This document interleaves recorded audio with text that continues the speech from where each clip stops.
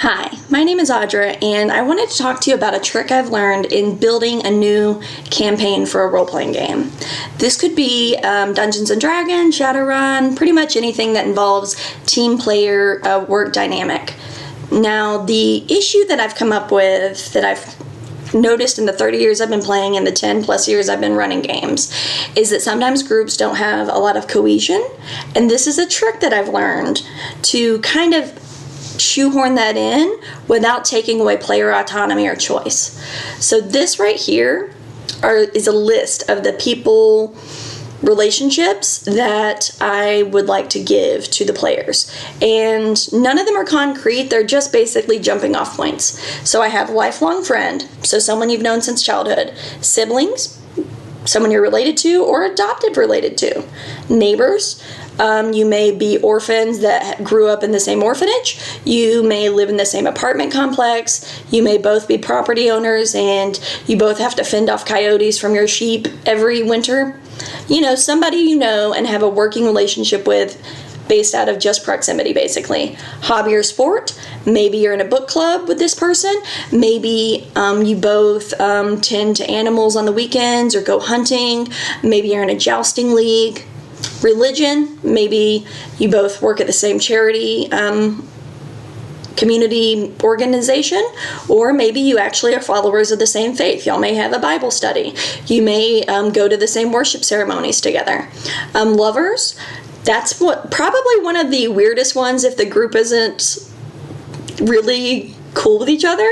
I've been playing with the same people for most of my life, so all of them are very well versed with each other. They know each other very well, and that one, they'll still play it. Work and school, those are things like maybe if your character works in the local militia, this person also works, but they are not a fighter character.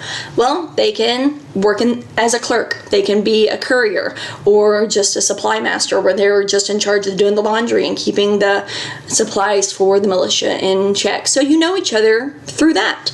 And the way that I implement this card system is I cut this up into individual cards, and you can have more or less than this. These are just the main examples I like to use. And if you have, say, 5 players, you put a card between each person. So if I'm a player character, I have a card between me and the person on my left, and then I have a card between me and the person on my right.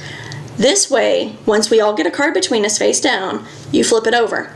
If the person on my left is my brother, and we got the lover card, I'm just going to say no thanks. If it's a friend or what have you, I could do that differently.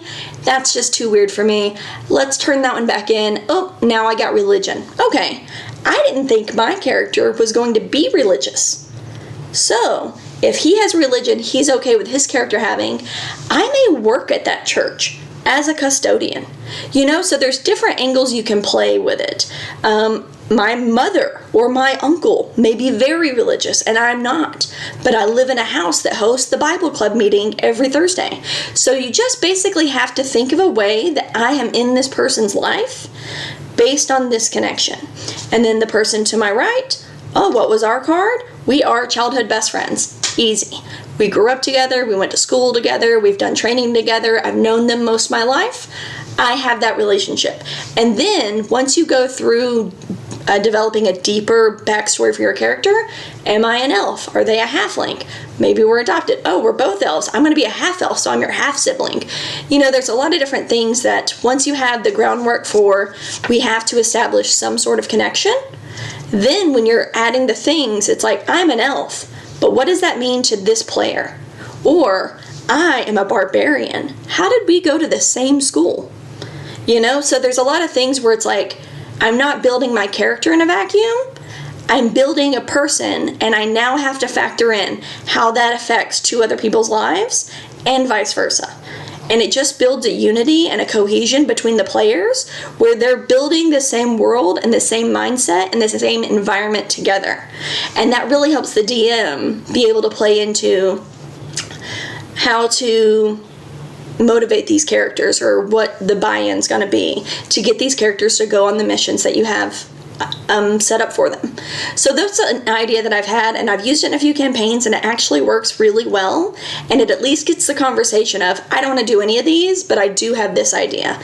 So it makes people have to add in a way that their character is connected to everyone else, and it just makes the game move so much smoother to do that up front. That is my trick for running a cohesive game for a role-playing game or tabletop or whatever setting you have where people have to talk to each other and be cooperative in a fantasy setting.